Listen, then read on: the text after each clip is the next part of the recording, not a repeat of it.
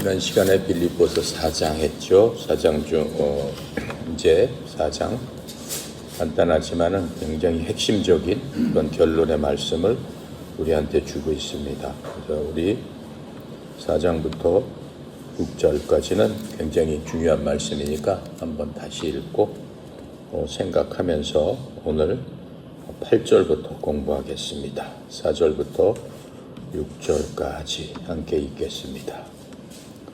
주 안에서 항상 기뻐하라. 내가 말하노니 기뻐하라. 너희 관용을 모든 사람에게 알게 하라. 주께서 가까우시니라. 아무것도 염려하지 말고 다만 모든 일에 기도와 간구로 너희 구할 것을 감사함으로 아뢰라. 그리하면 모든 지역에 뛰어난 하나님의 평강이 그리스도 예수님 안에서 너희 마음과 생각을 지키시리라. 8절 9절 함께 읽죠. 끝으로 형제들아, 무엇에든지 참되며 무엇에든지 경건하며 무엇에든지 오르며 무엇에든지 정결하며 무엇에든지 사랑받을 만하며 무엇에든지 칭찬받을 만하며 무슨 덕이 있든지 무슨 기림이 있든지 이것들을 생각하고 너희는 내게 배우고 받고 듣고 본 바를 행하라. 그리하면 평강의 하나님이 너희와 함께 하시리라. 아멘. 저희가 이제 기도하는 방법을 배웠습니다. 기도하는 방법, 어떻게 기도해야 되느냐. 모든 것 염려하지 말고 오직 기도와 간구와 감사함으로 하나님께 아뢰라 이렇게 얘기했어요. 그래서 지난 시간에 어떻게 기도를 했을 적에 그것이 올바른 기도로서 우리가 하나님께 드리는 것이냐 그것을 배웠습니다. 오늘 이 시간에는 기도뿐만 아니라 바른 생각을 가져야 된다라고 하는 말씀을 갖고 우리가 공부해 보면 좋겠습니다.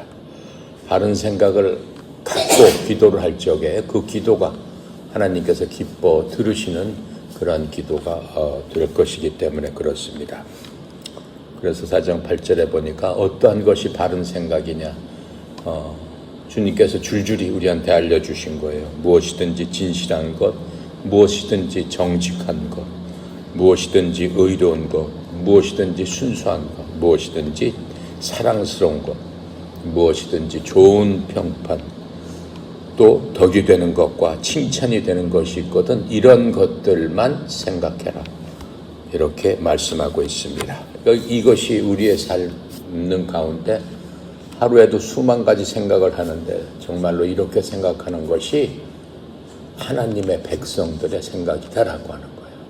세상 살면서 어떻게 그렇게 생각할 수 있어요? 그래도 우리는 이미 세상 사는 사람이 아니다라고 말씀하셨기 때문에 우리의 신분에 맞게 이렇게 하는 것이 우리가 행복한 그러한 지름길이다라고 말씀하고 있는 겁니다.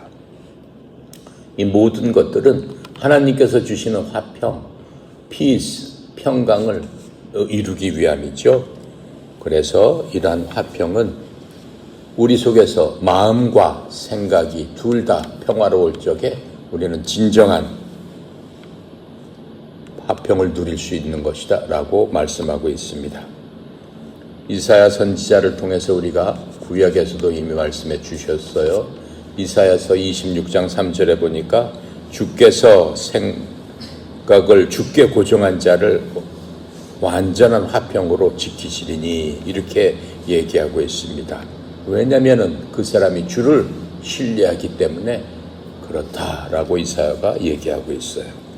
주를 신뢰한다는 뜻은 뭐예요? 거꾸로 얘기하면은 생각을 하나님께 고정한 자, 그 사람이 주를 신뢰하는 사람이다 이렇게 말씀하고 있는 거예요. 생각이 이것저것 하나님에 대한 생각과 세상에 대한 생각과 그 이외 또 모든 생각들이 이렇게 혼합되어 있으면은 한 마음을 가진 사람이 아니다라고 했죠.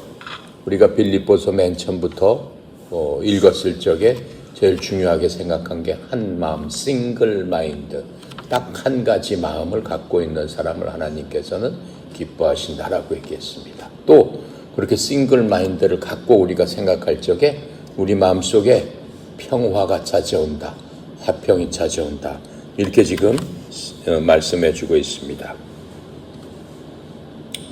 우리는 모든 것을 볼 때마다 뭘 생각해요? 지금 나도 뭘 생각해요? 이렇게 물어보면서 생각이라는 얘기를 했지 않습니까? 근데 이 생각이라는 것은 눈으로 볼 수 없죠. 그 생각의 무게를 달 수가 없습니다. 또 실제적으로 이 생각은 볼 수도 없고 무게로 달 수도 없지만은 가장 강력한 힘을 갖고 있는 겁니다. 예를 들어서 누구를 죽여야 되겠다 이렇게 생각했을 적에 그걸로써 사람들을 죽이지 않습니까? 그 생각을 함으로 말미암아 대통령한테도 총을 쏴서 죽이는 경우도 있고 누구를 암살할 적에도 어떻게 하겠어요?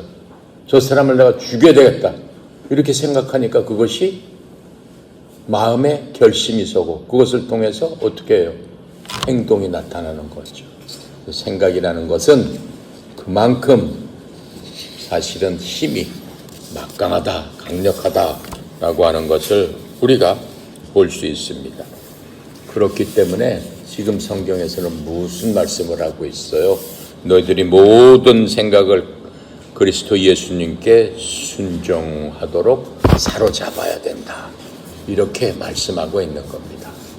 그 얘기는 뭐예요? 그것이 바로 싱글 마인드다라고 하는 거예요. 오직 한 마음으로 모든 것들을 예수님께 사로잡아서 우리가 모든 것들을 생각하게 되면은 모든 것들이 그리스도 안에서 생각이 되니까는 예수님께서 판단하신 그것이 내 판단이 된다라고 하는 겁니다. 그럼 얼마나 좋겠습니까? 고린도후서 10장 5절에 이렇게 설명해 줍니다. 우리는 상상하는 것들과 또 하나님을 아는 것을 대적하여 스스로를 높이는 모든 것을 무너뜨리고 모든 생각을 사로잡아 그리스도 예수님께 순종하라 이렇게 말씀하고 있어요. 그래서 고린도후서 10장 5절의 말씀대로 상상하는 것뿐만 아니라 또 하나님을 아는 것에 대적해서 내 속에서 일어나는 모든 것들을 어떻게 해야 된다는 얘기예요? 사로잡아서 무너뜨려야 된다라고 하는 겁니다. 그래서 그리스도 앞에 내 스스로가 순종할 수 있는 그러한 자가 되어야 된다라고 하는 겁니다. 생각에 따라서 모든 것을 바꿀 수 있습니다. 특히 여러분들 자녀들을 키우는 분들은 그래서 부모님의 생각과 사고가 얼마나 중요한가라고 하는 것을 알 수 있습니다. 부모님이 빨간 걸 하얀 거라고 계속 얘기하게 되면 그 아이들도 그런가 보구나 하고 그렇게 되는 겁니다. 그런데 그것들은 무슨 결과를 갖고 오게 되느냐? 우리가 세밀하게 한번 살펴보면은 사람이 생각을 심게 되면은 심는다는 얘기는 그 생각을 계속해서 그 생각이 아주 사로잡혀 버리게 되면은 무엇이 나오게 됩니까? 행동으로 나오게 되는 겁니다. 또 이 행동을 계속 그렇게 반복하게 되면 그것이 뭐가 되는 겁니까? 습관이 되는 거예요. 습관을 계속 반복하게 되면 무엇이 되는 겁니까? 그것이 인격이 되는 겁니다. 그렇게 인격을 계속 반복하게 되면 뭐가 되는 겁니까? 운명이 되는 거예요. 그러니까 내 운명은 내 생각부터 시작이 된다라고 하는 거예요. 쉽게 얘기해 보겠습니다. 요즘 학생들 아침에 오면은 아주 내가 깜짝 놀라는 얘기를 들었어요. 아침에 학교에 오면은 욕부터 시작한대요. 그렇게 하면서 아침에 엄마하고 싸우게 내온 것을 아주 자랑스럽게 그렇게 얘기하는 아이들도 있고 엄마한테 그냥 쌍소리를 하는 아이들도 있고 그것을 듣는 아이들도 어때요? 참 대단하다. 너 참 걔네들 세상에서 너 참 훌륭하다. 이렇게 걔를 추켜 세운다라고 하는 겁니다. 그렇게 돼버리면 어때요? 그 행동을 계속해서 반복하게 되는 거죠. 그럼 그게 습관이 돼버리는 거예요. 애들 만날 때마다 볼 때마다 그런 얘기가 본인 입에서 자연스럽게 툭툭 튀어나오게 되는 거죠. 그렇게 되면 걔는 어때요? 인격이 그대로 굳어져 버리게 되는 거예요. 맨 처음에 아이들하고 놀 적에는 좋았지만은 인격이 그렇게 굳어져 버리면 어떻게 돼요? 모든 사람들한테 손가락질 받는. 그 아이들이 그때는 같이 웃고 떠들고, 야, 참, 너 엄마한테 어떻게 그렇게 할 수 있어? 야, 진짜 넌 참 대단하다. 이렇게 하니까는 그게 진실인지 알고 우쭐대면서 더욱더 그렇게 하게 되면은 그게 인격으로 굳어져 버리고, 결국은 그 인격은 그 사람의 운명을 가두게 되는 그러한 꼴이 된다라고 하는 겁니다. 그래서 바울은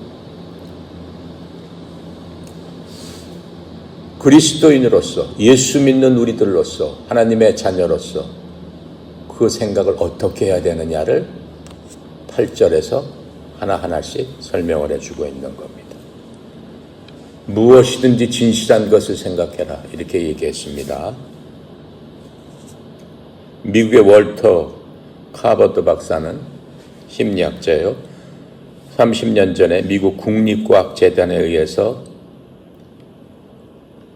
의뢰된 걱정에 대한 설문조사를 통해 이 사람들이 걱정하는 것 중에서 단 8%만 정당한 걱정거리였다라고 보고했습니다. 사람이 생각하는 것의 92%는 상상 속에서 자기가 지어낸 그러한 생각이거나 절대로 일어날 수 없거나 또 사람들이 통제 불가능한 그러한 것들을 생각했다라고 보고를 했습니다. 어쨌든 우리를 노리고 있는 사탄은 거짓말장이다라고 하는 겁니다. 우리가 눈으로 보고 만지고 느끼면서 매일매일 살아나가는 그것이 모두 진실된 것은 아니다라고 하는 겁니다. 요한복음 8장 44절에는 우리에게 이렇게 말씀해 주십니다. 너희는 너희 아비 마귀에게서 났으므로 너희 아비의 욕망들을 행하려 하느니라. 그는 처음부터 살인한 자요, 마귀 안에는 진리가 없으므로 진리 안에 거하지 아니하였으며 거짓말을 할 때 자기 것으로 말하나니 이는 마귀는 거짓말쟁이요 거짓의 아비이기 때문이라. 이렇게 우리에게 설명해 주고 있습니다.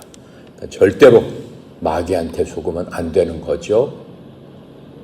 인간의 실수가 마귀 말에 속아가지고 하나님을 멀리하게 됐고 하나님으로부터 버림을 받게 되는 그러한 사실을 우리 항상 기억해야 됩니다. 이 사탄 마귀는 거짓말로 우리 마음을 항상 타락시키기 위해서 노력합니다. 사탄이가 타락시킨다는 얘기는 뭐예요? 하나님으로부터 멀리 떼어놓기 위해서 별 수단 방법을 가리지 않는다라고 하는 겁니다. 고린도후서 11장 3절에 이렇게 설명해 줍니다. 그러나 뱀이 자기의 간교함으로 이불을 속인 것 같이 어떤 방법으로든 너희 마음이 그렇게 예수 그리스도 안에 있는 단순함에서 떠나 부패할까 내가 두려워하노라. 단순함에서 떠나서 부패할까 내가 두려워하노라. 무슨 얘기입니까? 풀어서 쓰면은 단순함에서 떠나 내 마음이 복잡하게 만들어줄까 봐 내가 정말 걱정한다. 이렇게 얘기하고 있습니다. 이것도 바울이 쓴 겁니다. 복잡한 마음은 부패한 마음이라는 얘기하고 똑같은 겁니다. 내 마음이 오늘 아침에 일어나니까 너무 복잡하고 뿜자리도 사납고 여러 가지로 낙심이 되고 좌절된다. 그건 누가 주는 거예요? 결코 하나님은 그렇게 주시지 않습니다. 하루를 그렇게 시작하라고 하시지 않습니다. 하나님께서 오늘 하루도 생명을 주셨음으로 말미암아 우리는 기쁨으로 하나님 앞에 달려갈 수 있는 그런 힘을 주신 겁니다. 여러분 스스로 난 하나님의 자녀다라고 생각한다면 그 생명은 정말로 큰 능력으로 오늘 하루도 능력 있게 살라고 나한테 이 생명을 주셨구나 라고 하는 것이 정당한 그러한 우리의 해야 될 의무고 또 하나님께서 원하시는 그러한 요구입니다. 그런데도 불구하고 생각이 복잡해지고 아무 일도 안 일어났는데 미리 걱정하고 근심하고 하는 것은 지금 내가 얘기한 대로 사탄이가 우리의 한 마음을 뺏어서 복잡하고 부패한 마음으로 만들어서 우리의 화평을 깨버리는 그러한 노력을 하는 게 사탄이다라고 하는 겁니다. 그러한 사탄이에 절대로 우리는 속으면 안 되는 거죠. 사탄이는 어떻게 맨 처음에 사람을 유혹했습니까? 하나님께서 기뻐하시던 그 사람, 바로 그 사람이 우리 사람입니다. 여러분과 나입니다. 예전에 하나님께서 미워했던 그 사람, 그건 누구예요? 사탄이한테 속아서 타락해버린 그 사람들입니다. 그런데 우리의 정체성은 뭐예요? 이젠 더 이상 그 타락한 그런 사람의 본성이 여러분과 내 속에는 있지 않습니다. 하나님께서 기뻐했던 그 사람의 모습으로 예수 그리스도께서 우리를 다시 새롭게 창조해 주셨다라고 했습니다. 보라, 이전 것은 지나갔으니 새롭게 되었도다. 그 말씀이 바로 그 말씀입니다. 내가 너를 보니까는 기쁘구나 하는 그것으로 여러분과 나는 다시 창조됐다라고 하는 겁니다. 사탄은 항상 하나님이 정말로 너한테 그렇게 해주실 것 같으냐? 하나님이 정말로 그렇게 말씀하셨느냐? 하나님이 정말로 그렇게만 하라고 하셨느냐? 이런 식으로 우리를 유혹하는 게 바로 사탄입니다. 절대로 우리는 거기에 넘어가서는 안 됩니다. 가엾은 하와처럼 그런데 넘어가서 하나님과 멀어지는 그러한 운명이 되면 안 되는 겁니다. 성령님께서는 진리로 우리의 마음을 다스리지만은 마귀는 거짓말로 우리의 마음을 조종하려고 합니다. 그 중에서 가장 첫 번째가 우리의 마음을 위협하는 거예요. 우리의 화평된 마음에 파문을 일으키는 겁니다. 우리가 거짓말을 믿을 때마다 사탄이 우리를 장악하게 되는 겁니다. 한번 사탄한테 뺏긴 마음은 잉크가 물속에 한 방울 떨어지면 확 퍼져나가듯이 그러한 식으로 우리의 마음을 사로잡으려고 합니다. 하지만 성령님께서는 진리로 우리를 다스려 주시고 있습니다. 요한복음 17장 17절에 이렇게 설명해 줍니다.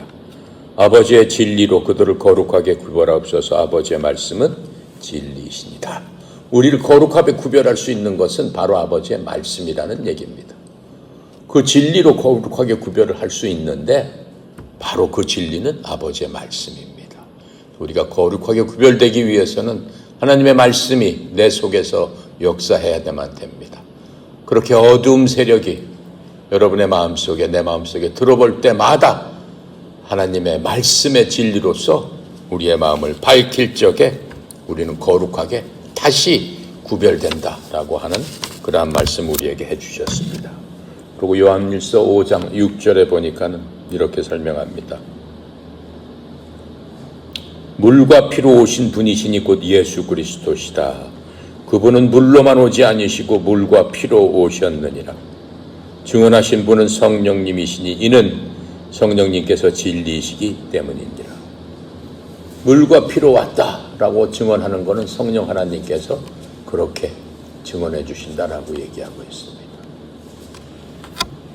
바로 밀과 피로 오신 그분이 우리와 함께 계시고 우리는 그 속에 있다라고 하는 겁니다. 얼마나 대단한 하나님의 은혜고 하나님의 사랑입니까?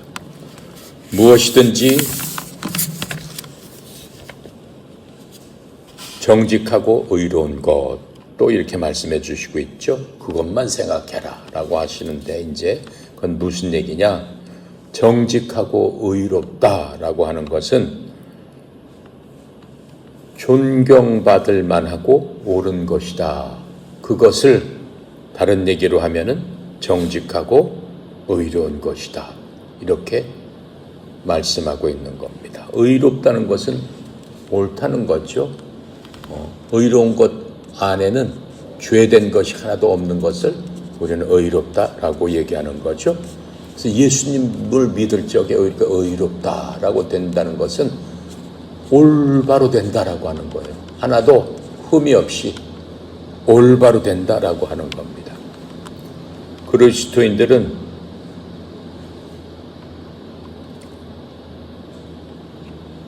우리가 세상 살면서 세상에 만나는 일들 중에 우리 스스로 판단하며 알 수 있는 것들이 많이 있습니다. 특별히 예수님을 믿는 사람들은 세상에 존경받지 못할 일들이 정말로 많이 쌓여 있죠. 많이 쌓여 있는데 그런 것들에 대해 우리가 조금도 생각을 흐트러뜨리면 안 되는 겁니다. 그래서 무엇이든지 정직하고 의로운 것, 그것을 생각해라 이렇게 말씀하셨습니다. 그 말이 바로 그 뜻입니다. 내가 무슨 일을 하든 무슨 말을 하든 한 번 더 생각해 봐야 되는 겁니다.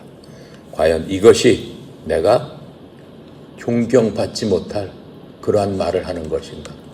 내가 이렇게 하는 일들이 존경받지 못할 그러한 일을 하는 것인가?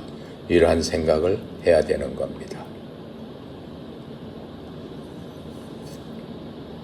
또 그 다음으로는 무엇이든지 순수하고 사랑스럽고 평판이 좋은 그런 것들을 생각해라 이렇게 말씀해 주고 있습니다. 여기서 무엇이든지 순수하다라고 하는 것은 여러분 잘 알고 있죠.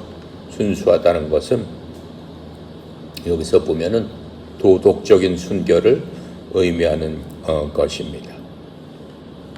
도덕적인 순결은 내가 설명을 안 해도 도덕적으로 우리는 항상 순결하려고 노력하고 도덕적으로 흠이 없도록 우리가 삶을 살아야 되는 게 하나님께서 원하시는 겁니다.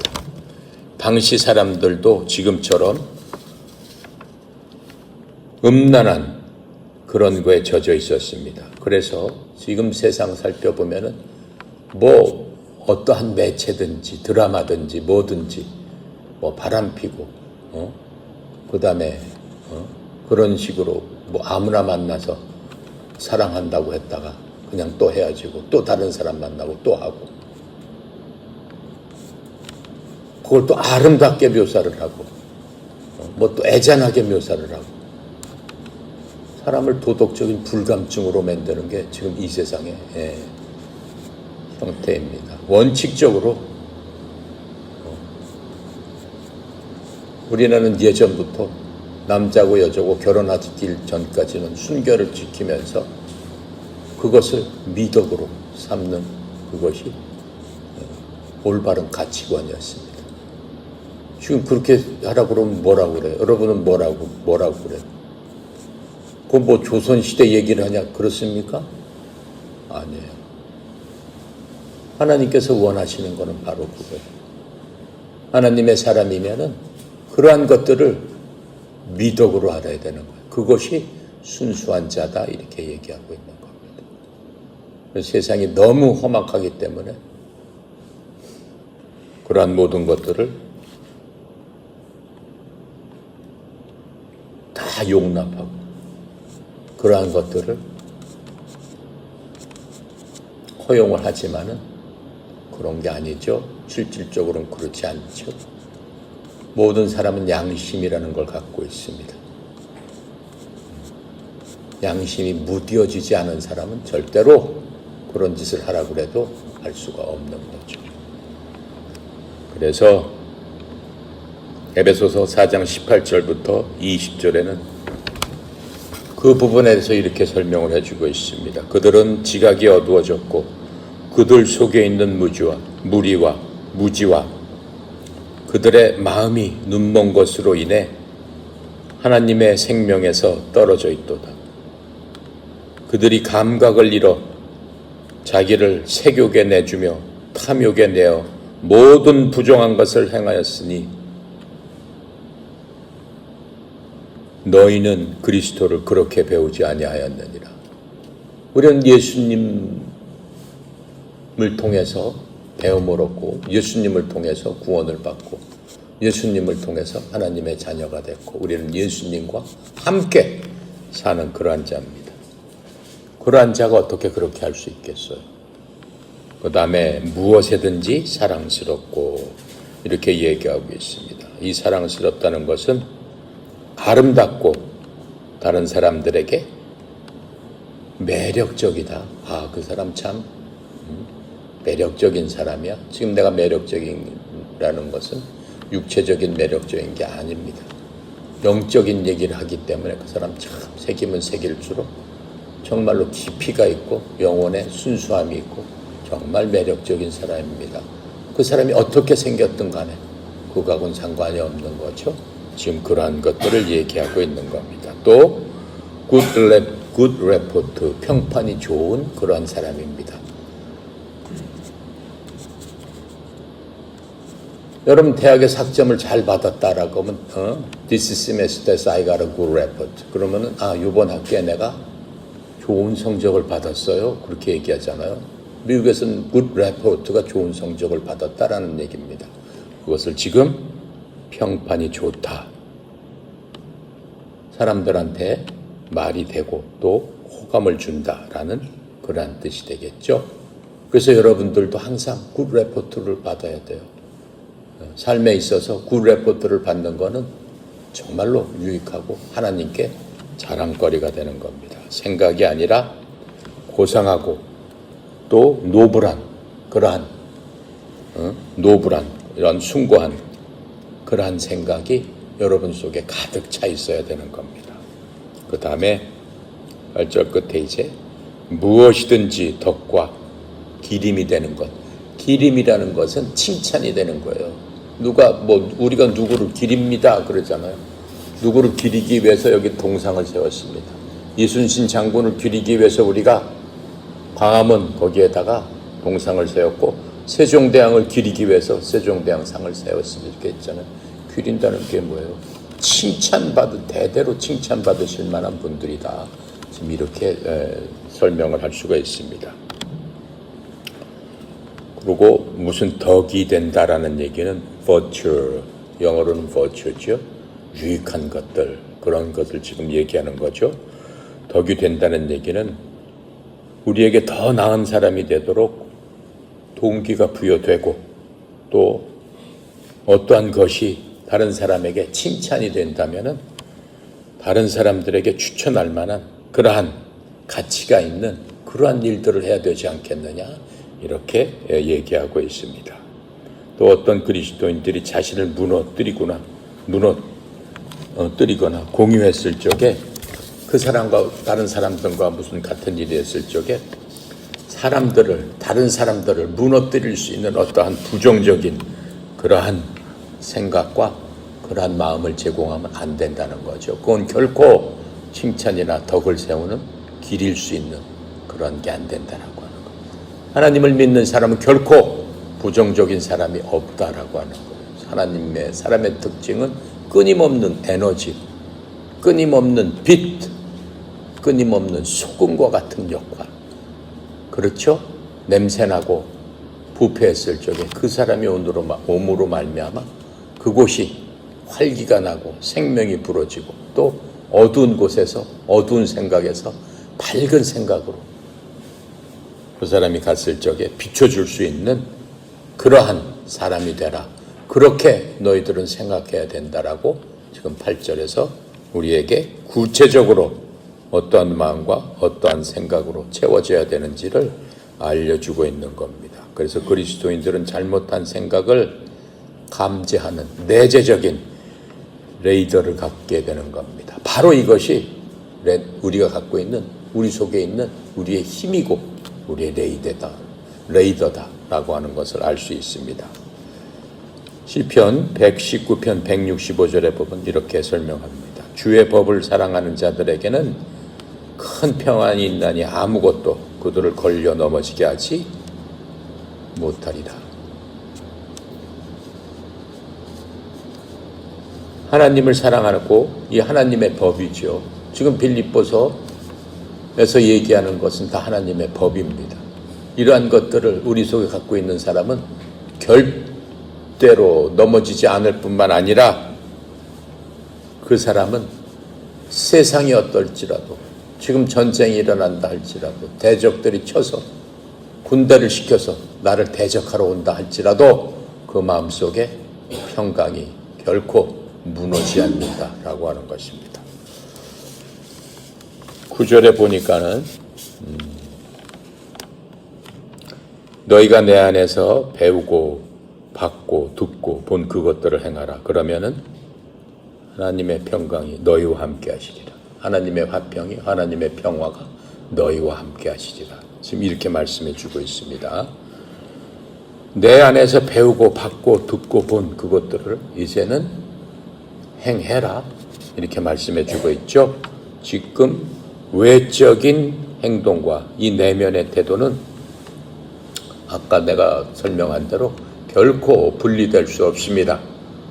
안에 있는 그 생각 따로, 밖에 있는 행동 따로, 맨 처음에는 그럴듯하게 속일 수 있지만 결국은 자기의 생각이 결국은 밖으로 나오게 되는 겁니다.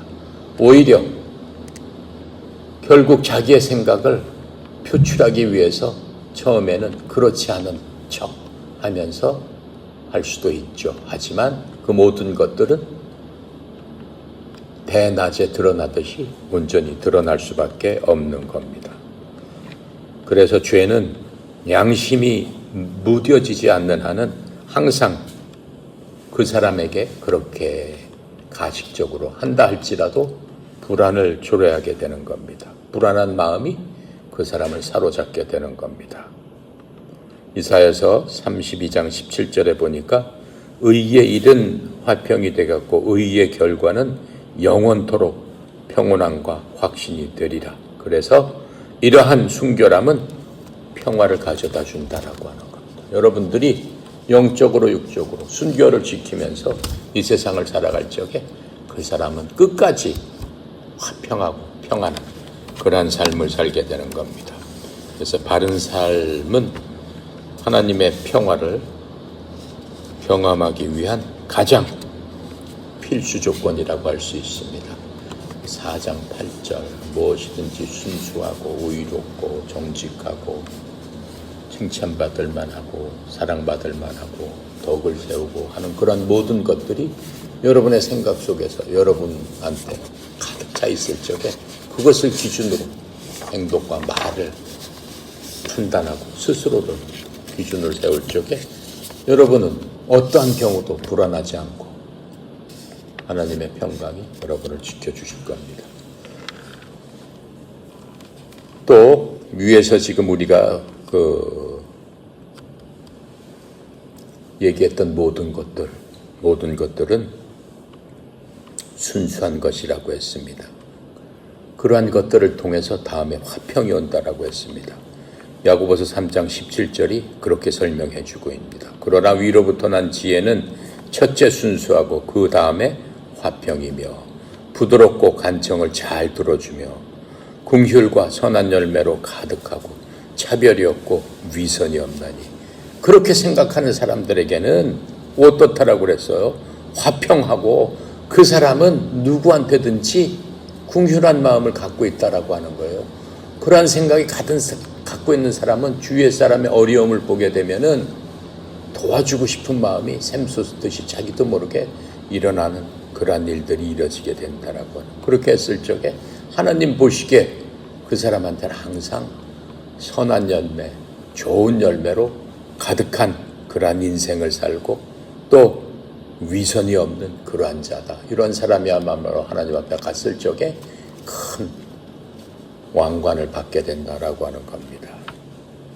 그래서 바울은 그 네 가지 것을 강조하고 있죠. 배우고 받아들이고 듣고 보는 것. 바로 이것을 아까 강조했습니다. 그래서 이렇게 진리를 배우는 것과 그것을 우리가 배울 뿐만 아니라 내 것으로 받아들이는 것, 우리 속사람의 일부로 만드는 것, 이것은 어떻게 보면 완전히 다른 문제입니다. 내가 이렇게 설교를 하면서 전혀 다른 생각하고 단 언동짓하고 전혀 딴짓을 완전히 다른 거죠. 말하는 것과 행동하는 것과 하는 것이 완전 다르다. 얼마든지 다를 수 있다라고 하는 것을 지금 얘기하고 있습니다. 그래서 데살로니가전서 2장 13절에 이런 까닭으로 우리가 또한 하나님께 끊임없이 감사를 드리나니 이는 너희가 우리에게서 들은 하나님의 말씀을 받았을 적에 그것을 사람들을 내 말로 받지 않고 하나님의 말씀으로 받았기 때문인데 그것은 진실로 하나님의 말씀이니라. 그것이 또한 믿는 너희 안에서 효력 있게 일하고 있느니라. 무슨 얘기예요? 받아들였을 적에 그 사람이 능력으로 그 일을 할 수 있도록 성령 하나님께서 너희들을 돕는다. 지금 이 말씀을 하고 있는. 그래서 그 말씀이 능력 있게 일한다. 지금 이렇게 얘기하고 있는 거예요. 우리가 아는 것을 머릿속으로 하는 것은 충분하지 않습니다. 우리가 또한 마음속으로 진리를 품어야 되는 겁니다. 그래서 바울은 사역에서 말씀을 가르칠 뿐만 아니라 삶으로서 실천해서 듣는 사람들이 바울의 삶을 통해서 바울이 얘기한 그 진리를 실제로 눈으로 보고 행동할 수 있도록 그렇게 삶을 살았습니다. 이 바울의 경험이 우리의 경험이 되어야 되는 겁니다. 우리는 말씀을 배우고 받아들이고 듣고 행해야 된다라고 얘기했어요. 바울이 지금 그랬잖아요. 너들은 배우고 받아들이고 듣고 행해라. 말씀을 행하는 자가 되십시오. 듣기만 하는 자가 되지 마십시오. 이렇게 설명합니다. 야고보서 1장 22절이 이를 강조합니다. 더욱 너희는 말씀을 행하는 자가 되고 듣기만 하여 너희 자신을 속이는 자가 되지 말라. 이렇게 얘기해 주고 있습니다. 그래서 이 하나님의 화평은 우리가 하나님 뜻 안에 있는지 아닌지를 판단하는 기준 중에 하나가 되는 겁니다. 그래서 많은 목사님들이 얘기해줘. 네가 여러 가지 문제점이 있으면 하나님 앞에 나와서 기도와 간구로 감사함으로 하나님 앞에 아랠 적에 내 생각과 마음을 온 하나님의 뛰어난 지각으로 너를 지키시리라. 이 말씀을 했단 말이죠. 무슨 뜻이에요? 여러분이 정말로 그 일을 갖고 기도하는 방법이 얘기했잖아요. 맨 처음에 adoration, 하나님 앞에 경배하면서 나가야 된다. 그 순서대로 우리가 그 하나님 앞에 순종하면서 나가고 하나님 앞에 감사함으로 나간다. 그 모든 것들을 다 했을 적에 여러분이 진실로 하나님 앞에 그렇게 하고 말로만 아니고 내 마음으로 내 행동으로 이렇게 다 했을 적에 여러분 마음속에 기도가 끝났는데 화평이 찾아왔습니다 라고 했을 적에 많은 목사님들이 얘기하는 게 그거예요. 기도해 보셨는데 마음의 화평이 찾아왔습니까? 그러면은 기도가 응답받은 겁니다. 이 얘기를 하는 게 바로 그 뜻에 있는 거다라고 하는 겁니다. 그래서 우리가 이거는 기도를 하면서 기도 생활은 기도는 뺄 수 없는 거죠. 그리스도인들한테 기도는 여러분 삼시세끼 먹는 거랑 똑같다고 그랬어요. 영혼의 밥이 여러분이 매일 하나님 앞에 기도하는 겁니다. 그래서 기도를 하지 않게 되면은 내 영혼이 어떻게 돼요? 배고픔을 느끼고 결국에는 계속 밥을 안 먹게 되면은 굶어 죽는 것처럼 죽게 되는 거예요. 하나님과 소통, 그것을 통해서 우리가 하나님의 힘, 그 능력이 여러분 속에 내 속에 화평으로 나타난다는 것입니다. 골로새서 3장 15절에 이렇게 설명합니다. 하나님의 화평이 너희 마음속에 다스리게 하라. 너희도 그 화평에 이르도록 한 몸 안에서 부르심을 받았으니 감사하는 자가 되라. 이렇게 말씀하고 있습니다. 그 화평을 얻었다라고 하는 것은 그리스도 안에 내가 지금 속해 있습니다라고 하는 거예요. 그때는 감사함이 나오죠. 그래서 우리가 주님과 동행한다면 하나님의 화평과 평강이 하나님께서 우리 마음에 영향을 미쳐주게 되는 겁니다. 우리가 불순종할 때마다 하나님과의 평화는 없어집니다. 하나님과의 화평은 없어지고 우리 마음속에는 불안하고 갈등만 생기게 되는 겁니다. 그렇게 됐을 때 우린 스스로 현재 내 상태가 뭔가 잘못돼 가고 있구나 라고 하는 것을 바로 느끼게 되는 겁니다. 이 화재가 나면 사이렌이 울리듯이 여러분 마음속에 불안과 근심거리가 생겼다면 마음속에서 뺑뺑뺑뺑 울리는 그것도 어떻게 해야 돼요? 무릎 꿇고 엎드려서 내 생각과 내 마음을 하나님 앞에 집중하면서 나에 대한 모든 것들을 되돌아보고 확인하면서 내가 주님 앞에 여태까지 아뢰지 못하고 간구하지 못하고 감사하지 못하고 했던 모든 것들이 있는가 한번 기억해보고 기억이 나는 것마다 내가 하나님 앞에 자백하고 고백하고 하나님 앞에 나아갈 적에 하나님은 의로고 미쁘시사 우리의 죄와 허물 우리가 고백한 모든 것들을 온전히 씻어주시고 깨끗하게 해주신다라고 하나님 말씀하셨습니다. 여러분이 그대로 그렇게 실천했을 적에 하나님께서 새 힘을 주고 기도할 수 있는 힘과 기도할 수 있는 능력을 줍니다. 그랬을 때 여러분 전심을 다해서 마음과 뜻과 생각을 다해서 하나님께 엎드려서 예수 그리스도를 찾으면 됩니다. 예수님 찾을 적에 어떻게 하라고 그랬어요? 이방인들과 같이 중언부언하면서 그렇게 하지 말아라. 하나님께서는 내가 원하는 내 마음속에 있는 것을 이미 내가 그렇게 하기 전에 알고 계시는 분이다. 이렇게 말씀해 주셨습니다. 그래서 기도와 간구로 감사함으로 온전히 하나님께 아뢰라. 그러면 온 지역에 뛰어나신 하나님의 평강이 내 마음과 내 생각을 지키셔서 다시 회복되게 해주시라. 내 마음속에 기쁨이 넘치고 내가 활력이 넘치고 이전에 좌절하고 낭망했던 거기 서서 일어나서 뛰고 걸을 수 있도록 하나님께서 역사해 주신다라고 하는 겁니다. 자, 그래서 올바른 기도, 이런 올바른 생각, 올바른 삶, 바로 이것이 마음의 평화를 얻고 걱정을 이기는 조건이 되는 겁니다. 그래서 빌립보서 4장이 신약의 평화의 장이라면은 거기에 반대로 우리 마음속에 근심이 있고 걱정이 있는 그 우리 마음속에 전쟁이 일어난다라고 하는 것을 빗대어 얘기한 게 야고보서 4장입니다. 빌립보서 4장과 야고보서 4장은 대비되는 그러한 얘기입니다. 야고보서는 이 예수님의 바로 동생이 쓴 겁니다. 사도 야고보가 맨 처음에 야고보는 예수님을 믿지 않았어요. 형 왜 그러고 다니세요? 이렇게 얘기했던 사람. 사람들이 미쳤다고 합니다. 이렇게 얘기하고 있어요. 이 동네를 떠나서 형 그러려면은 저 큰 동네로 가세요. 이렇게 자기 형한테 권면했던 사람이에요. 그 이후에 어떻게 됐어요? 예수님 돌아가시고 예수님을 믿으면서 사도로서의 역할을 단단히 하게 되죠.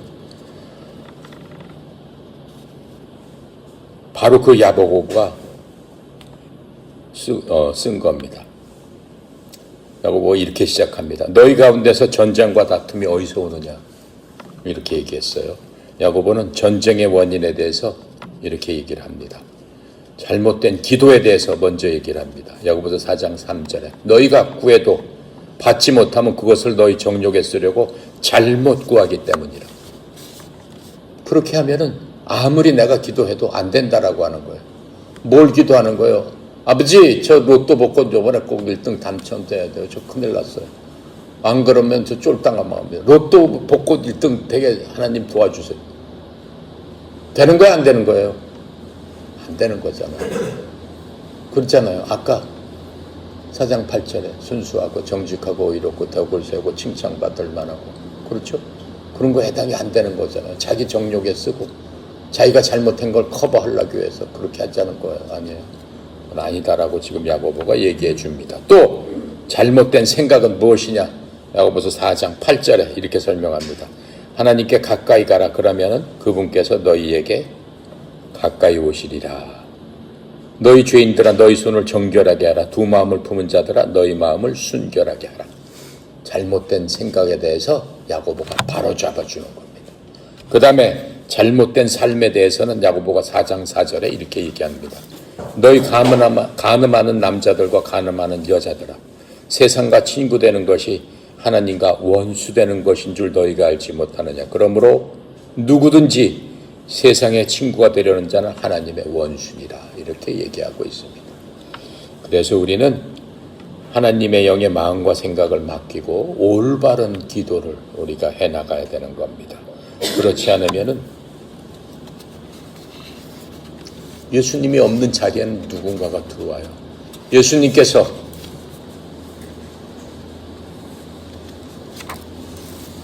일곱 마귀 들린 그 사람을 쫓아내셨습니다. 그래서 그 사람 마음속에서는 더 이상 마귀가 존재하지 않습니다. 그렇다고 해서 그 사람이 예수님을 믿는 사람이 아닙니다. 근데 예수님께서는 궁휼하게 여기고 쫓아내 주셨어요. 만약 예수님을 믿었더라면 마귀가 어떻게 그 속에 들어가 있겠어요? 들어가 있지들 못하죠. 애당초에 그 속은 하나님의 집인데 어떻게 마귀가 거길 들어와요? 무서워서 들어올 수조차 없는 거죠. 그런데 예수님께서 뭐라고 얘기했어요? 이제 네가 소재되고 비었으니 네가 올바로 해라. 그렇지 않으면은 예전보다 더 많은 마귀들이 야 이거 소지되었는데 들어가자 라고 해서 일곱 귀신이 아니라 군단이 들어갈 수도 있다라고 얘기했어요. 고라사 광인에 보면은 마귀가 수만 개가 들어가 있었다라고 얘기하고 있지 않습니까? 그 얘기는 뭐예요? 우리 마음은 항상 비워 있으면 안 되는 거예요. 어떤 종교는 마음을 비운다라고 해가지고 무념무상해서 아무 생각도 안 하고 벽 바라보면서 죽기 살기로 그 마음을 비우는데 그건 헛거예요. 그 안에서 5만 가지 생각을 다 하겠지. 무념무상이라고 그러는데 실제로는 5만 가지 생각이 그 몇 년 동안 10년 동안 그 사람이 있는데 10년 동안 5만 가지 생각을 다 하면서 어떻게 했대요? 마귀 새끼의 소굴이 되는 거지. 우리 마음은 그렇게 비워주는 게 아닌 거예요. 왜요? 하나님께서 그렇게 만들어졌기 때문에 그래요. 하나님께서 만드신 것을 우리가 어떻게 뜯어 고쳐요? 뜯어 고칠 수가 없어요.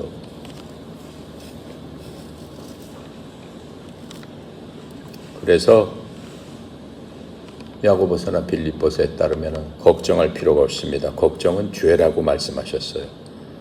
하나님의 화평이 우리를 지켜주시고 화평의 하나님께서 우리를 어떻게 하신다라고 그랬어요? 내가 너를 인도하겠다 이렇게 말씀하셨어요.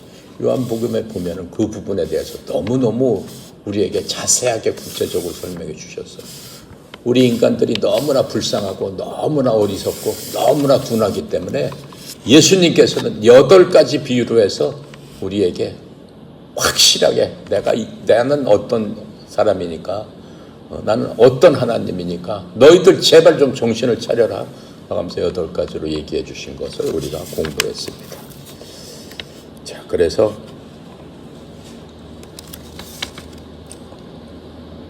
마태복음 24장부터 34절입니다. 한번 찾아보겠습니다.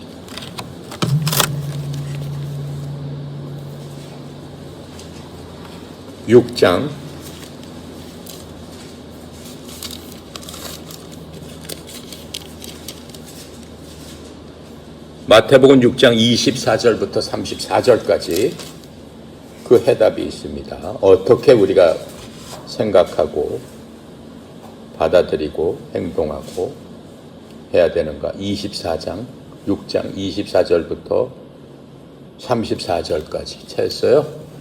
함께 읽고 생각해 보도록 하겠습니다. 시작.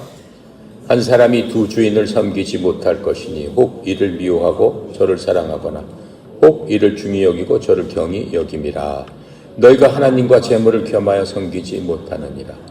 그러므로 내가 너희에게 이르노니 목숨을 위하여 무엇을 먹을까 무엇을 마실까 몸을 위하여 무엇을 입을까 염려하지 말라.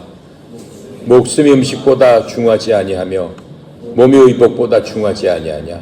공중의 새를 봐라. 심지도 않고 거두지도 않고 창고에 모아들이지도 아니하되 너희 하늘 아버지께서 기르시나니 너희는 이것들보다 귀하지 아니하냐.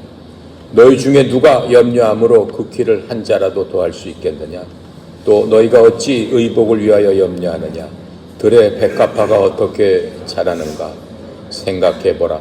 수고 아니하고 길쌈도 아니하느니라. 그러나 내가 너희에게 말하느니 솔로몬의 모든 영광으로도 입은 것이 이 꽃 하나만 갖지 못하였느니라.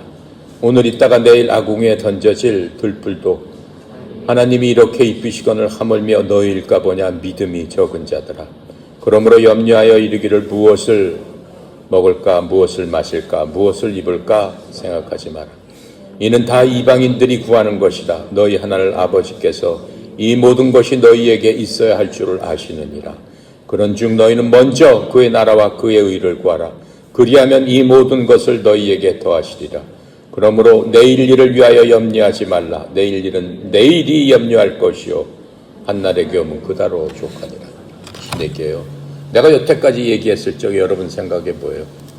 항상 뭐든지 무엇이든지 의롭고 정직하고 순수하고 무엇이든지 좋은 평판이 있고 무엇이든지 칭찬하고 덕을 쌓고 기름이 있는 이런 것들만 항상 네 마음속에 생각하라라고 했을 적에 내가 여러분한테 얘기했고 여러분이 그것을 받아들였을 적 그러면은 난 뭘 먹고 어떻게 하고 어떻게 살라는 거야 도대체.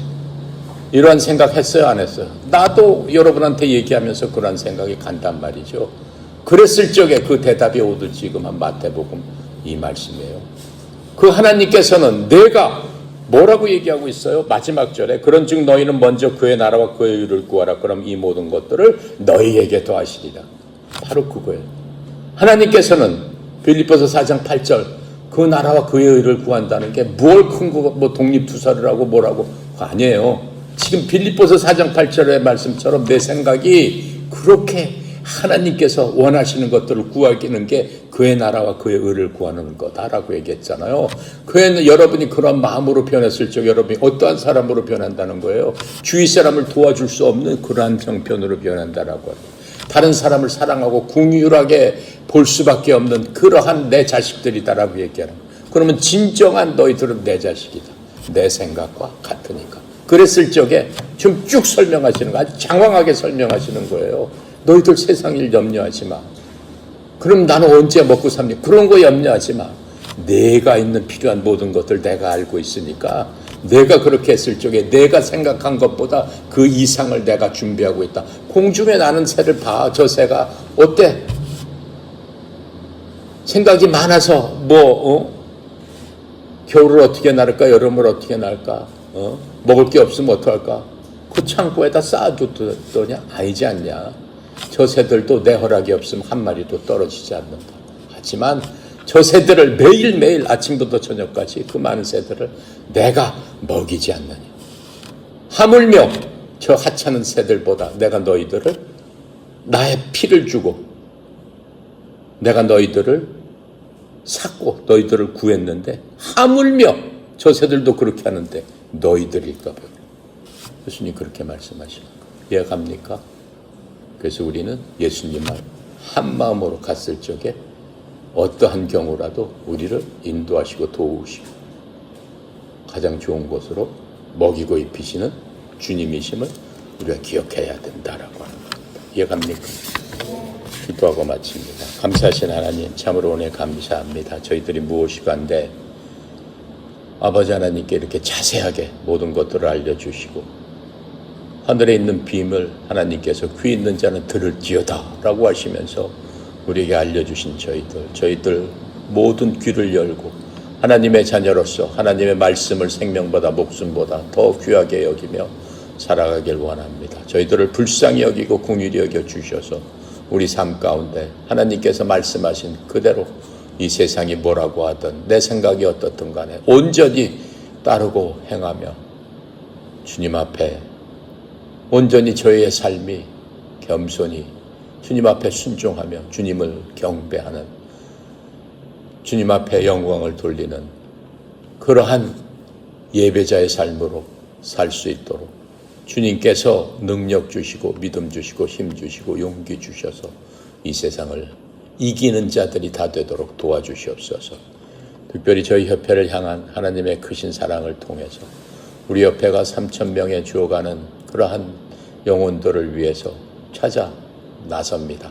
찾아 나서는 발걸음마다 복된 발걸음이 되게 하시고 또 이곳을 찾아오는 그러한 발걸음들 우리 지부와 우리 협회 사람들 우리 선수들을 찾아오는 발걸음들을 영접함으로 말미암아 하나님의 나라의 확장하는 그러한 저희들 되게 하여 주시옵소서. 특별히 송영희 사장님 협회 리더로서 주님 세우시고 또 특별하게 하나님 사랑하셔서 하나님의 자원을 흘려보낼 수 있도록 이모로 저모로 하나님 주의 종에게 필요한 곳곳마다 흘려보내는 그 하나님의 크신 은혜와 사랑이 그 받는 사람을 통해 30배, 60배, 100배로 열매를 맺고 하나님 앞에 큰 영광을 돌리는 그러한 일들이 우리 선수들과 또 지부의 모든 지부장들과 또 협회에 관계되는 그러한 사람들에게 일어날 수 있도록 주의 종에게 영육간의 형통함으로 지키고 보호하여 주시옵소서. 오늘도 저희들 부족하지만 최선을 다해서 하나님의 말씀대로 살겠습니다. 남은 시간도 온전히 주께 맡깁니다. 감사드리며 우리 주 예수 그리스도 이름으로 기도드렸습니다. 아멘.